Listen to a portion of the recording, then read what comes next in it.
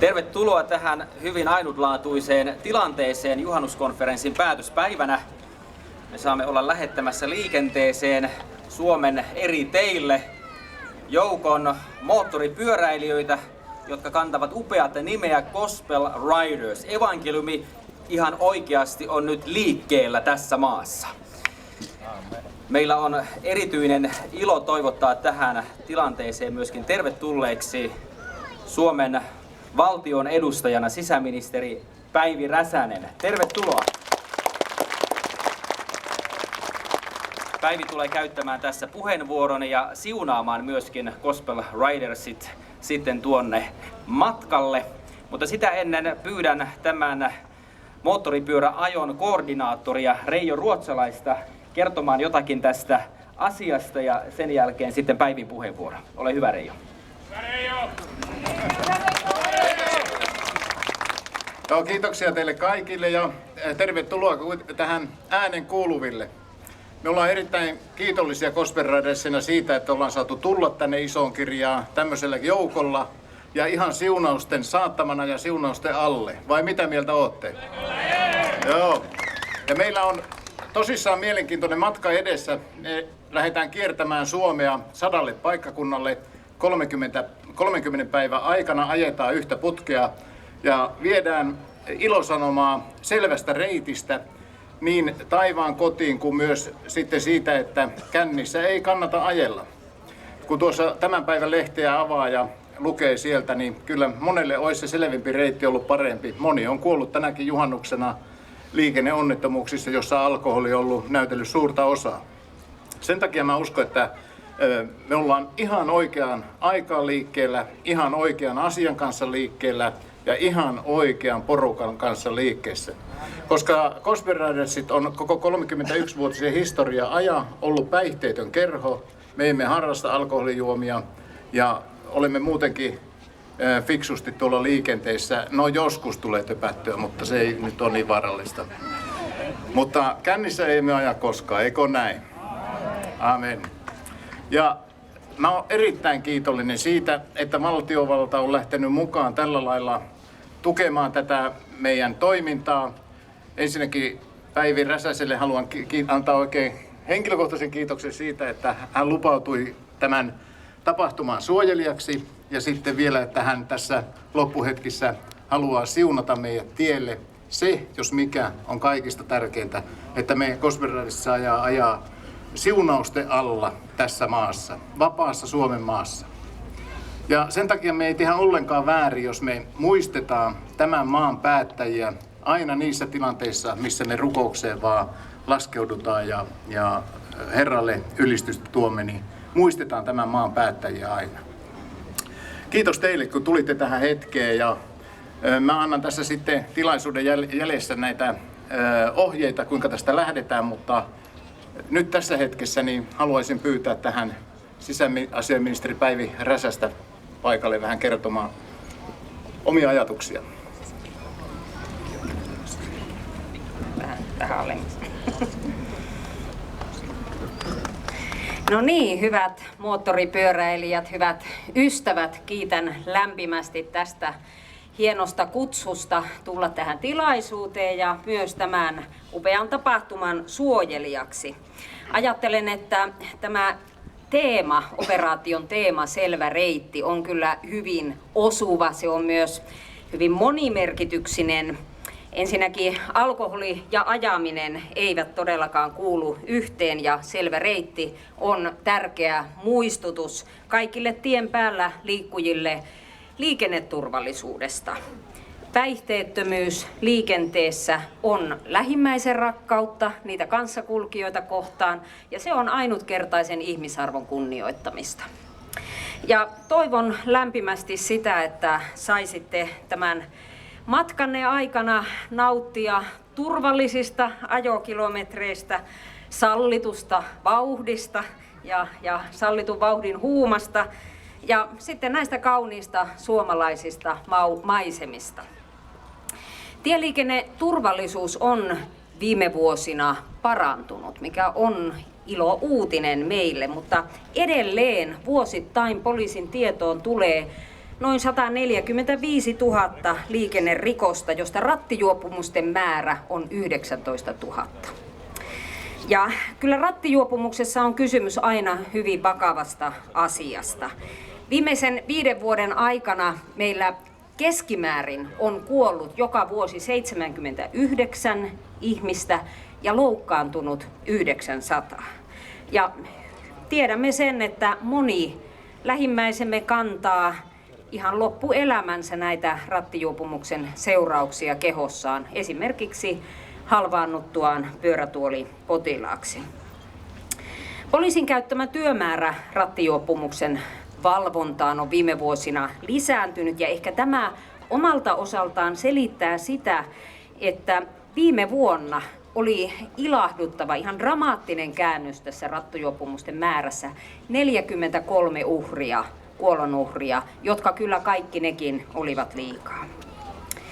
Liikenteessä kuolleista rattijuopoista 1/3 on alle 25-vuotiaita, suurin osa nuoria miehiä, ja siellä yhdistyy se kova vauhti, ei käytetä turvavöitä, käytetään alkoholia ja sitten suistutaan tieltä. Meidän haasteenamme on löytää sellaisia tehokkaita keinoja, joilla nuorten miesten riskinottoa liikenteessä voidaan vähentää. Ja kysymys ei varmaankaan ole ensisijaisesti tiedon puutteesta, vaan asenteista. Tavoitteena on, että jatkossa kunnat yhdessä poliisitoimen kanssa toteuttavat yhä laajemmin tie selväksi toimintamallia. Se on siis meidän projektimme, vähän kuulostaa samalta kuin tämä teidän, mutta tie selväksi. Ja siinä nuori ohjataan päihdekeskustelun nopeasti kiinni jäämisen jälkeen. Ruotsissa tämä sama toimintamalli on ollut käytössä ja siellä on saatu hyviä tuloksia. Vaikka puhumme nuorista, niin tyypillisin rattijuoppo on kuitenkin 4-50 perheellinen työssäkäyvä mies, joka jää kiinni auton ratista joko meno- tai paluumatkalla kotiin. Ja tällaisissa tilanteissa koulutuksella on vaikea enää puuttua henkilön käyttäytymiseen. He ovat nimittäin usein jääneet jo aiemminkin kiinni rattijuopumuksesta. Siinä vertaistuki, voi sanoa lähimmäistuki, esimerkiksi ystävien, perheenjäsenten puuttuminen asiaan saattaa pelastaa ihmishenkiä. Haluan jonkun sanan sanoa myös, kun niin rattijuopumus kuin sitten tämä poliisin hallintorakenneuudistus on herättänyt huolta ja kysymyksiä liikenneturvallisuudesta. Liikkuvan poliisin toimintojen yhdistäminen ensi vuoden alusta paikallispoliisiin ei tarkoita liikennevalvonnan lopettamista tai sen vähentämistä, vaan hallinnon keventämistä, päälliköiden ja hallintohenkilöstön vähentämistä. Liikennevalvon taso säilytetään nykyisellään, on tehty sitovat sopimukset ihan henkilöstömäärästä, liikennettä valvovien poliisimiesten määrästä, joten rattijuoppojen samoin kuin ylinopeuksien kiinnijäämisriski tulee säilymään nykyisellä tasolla. Hallitus on asettanut sellaisen tavoitteen, että Suomi olisi Euroopan turvallisin maa. Itse asiassa monessa suhteessa olemme jo ihan kärkiluokkaa turvallisuudessa, mutta juuri humalahakuinen alkoholikulttuuri on merkittävin haaste tämän tavoitteen toteuttamiseksi. Alkoholi on tärkein yksittäinen tekijä Suomessa onnettomuuksien, tapaturmien ja väkivallan taustalla. Ja siitä kärsivät myös ne, jotka eivät itse sitä käytä. Turvallisuuskyselyjen mukaan pelko joutua rattijuopon yliajamaksi on yksi ihmisten yleisimmistä peloista. Viina on suomalaisen työikäisen miehen yleisin tappaja. Samoin henkirikoksia tehdään Suomessa enemmän kuin muissa länsimaissa, ja sieltäkin löytyy selittävänä tekijänä nimenomaan alkoholi. 80% tapauksista joku osapuoli on juovuksissa. Alkoholi aiheuttaa myös melkoisen laskun poliisille ja terveydenhuollolle.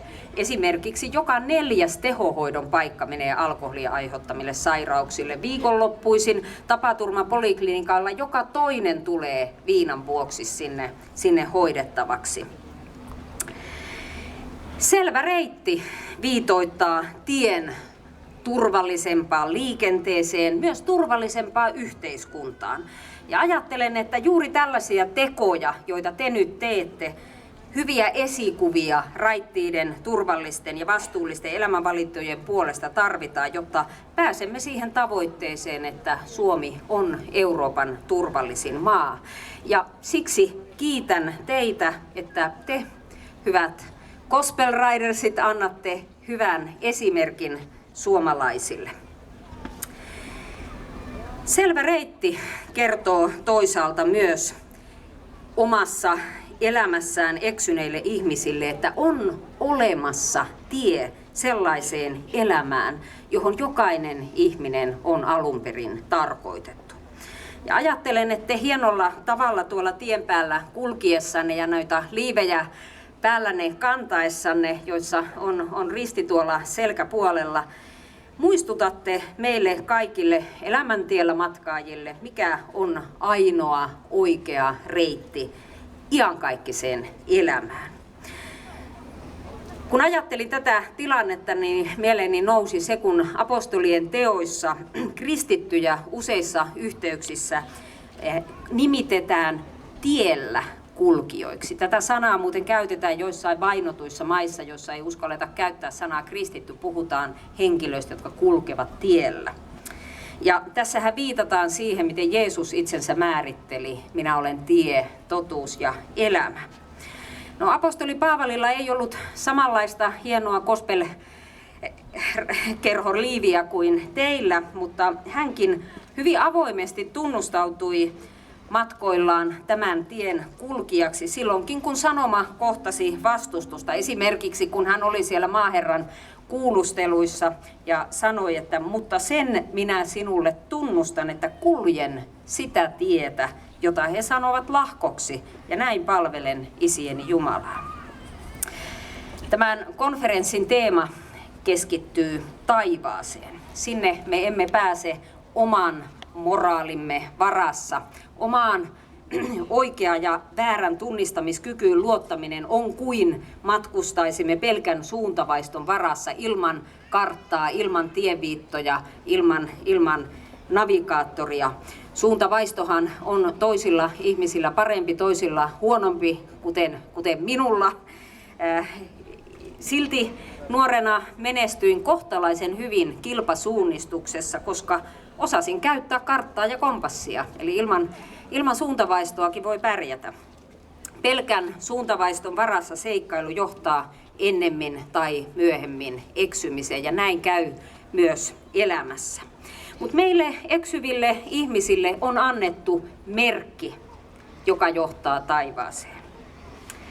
Ja tästä merkistä mieleeni tuli tilanne, kun erään pääsiäisen alla saavuin töistä kotiin ja siellä kotipihalla vähän hätkähdin, kun kaukaa näin, että ulko-ovessamme oli suuri valkoinen risti. Kun menin sitten sinne lähemmäs, niin huomasin, että lapsemme olivat askarrelleet sen paperista ja sitten sinitarella oveen kiinnittäneet. Ja sitten kun menin sisään, niin siellä oli kymmenittäin samanlaisia eri kokoisia ristejä kiinnitettynä seiniin ja peileihin ja oviin. Ja lapset sitten riensivät kertomaan sitä askartelunsa tarkoitusta. Meille oli isovanhemmat tulossa kylään ja lapset selittivät, että kun mummi tulee kylään ja näkee nämä ristit, niin hän muistaa, että ai niin, Jeesushan kuoli ristillä puolestani. Ristillä tapahtuneessa vaihtokaupassa Jeesus otti vastuulleen kaikki elämämme sotkut, kaikki syntimme ja niiden rangaistuksen, kuoleman. Samalla hän lahjoitti meille oman pyhyytensä, oman synnittömyytensä, oman vanhurskautensa ja sen palkan iankaikkisen elämän. Risti viitoittaa ja avaa reitin taivaaseen.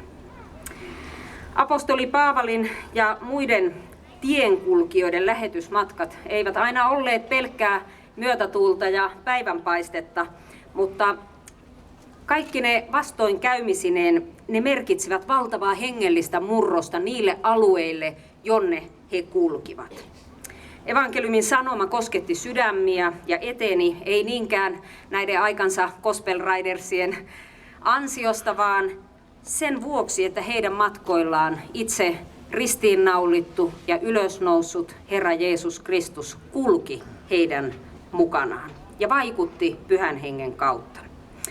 Hyvät motoristit, Jeesus on sama eilen, tänään ja iankaikkisesti. Samalla tavalla hän kulkee teidän kanssanne kuin hän kulki näiden apostolien kanssa. Hän johdattaa, hän kohtaa myös niitä lähimmäisiä, jotka on tarkoitettu teidän reittinne varrelle.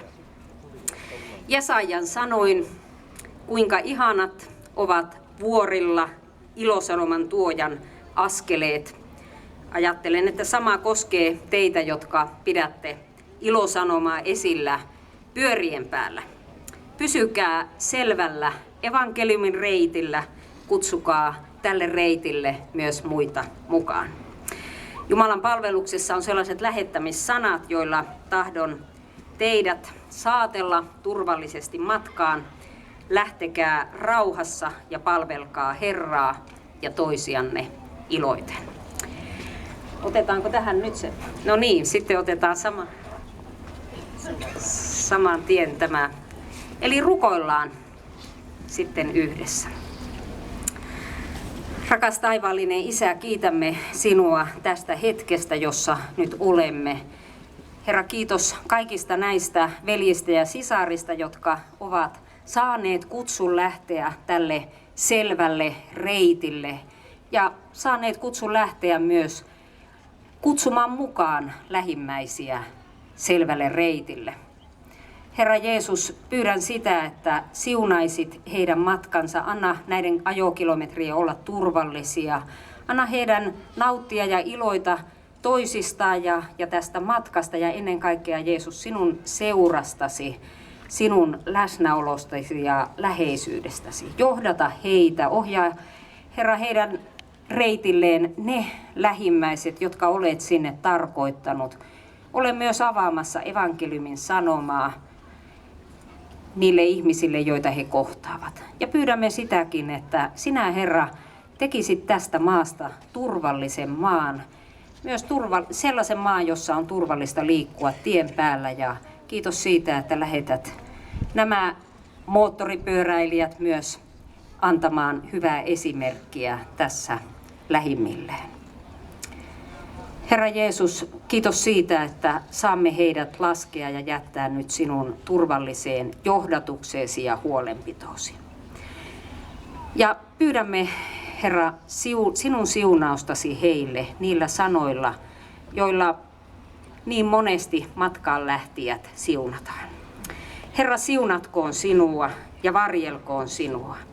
Herra, valistakoon kasvonsa sinulle ja olkoon sinulle armollinen. Herra, kääntäköön kasvonsa sinun puoleesi ja antakoon sinulle rauhan. Isän ja Pojan ja Pyhän Hengen nimeen. Aamen.